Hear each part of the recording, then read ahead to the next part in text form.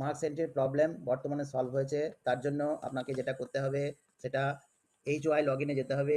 HOI লগইনে যাওয়ার পরে আপনাকে ECI আন্ডারে যেতে হবে, ক্লাস টিচার সিলেক্ট করতে হবে, সাবজেক্ট টিচার সিলেক্ট করতে হবে। এটা সাবজেক্ট সিলেক্ট করার পরে আপনি সেই টিচারের আন্ডারে বা HOI আন্ডারে ডাউনলোড এক্সেল ফাইলে যাবেন, সেখান থেকে এই বিষয়গুলোকে সিলেক্ট করে দেবেন।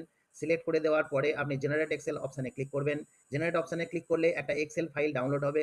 সেই এক্সেল ফাইলটা এনেবল এডিটিং করবেন।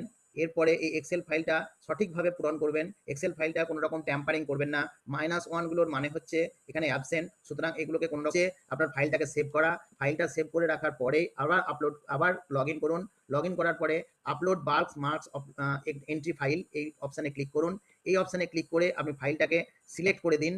সেই ফাইলটাকে সিলেক্ট করে দেওয়ার পরে আপনার ওপেন অপশানে ক্লিক করুন। এরপরে আপলোড এক্সেল অপশানে ক্লিক করুন। ফাইলটা সাকসেসফুলি আপলোড হয়ে যাবে। 30 মিনিট পরে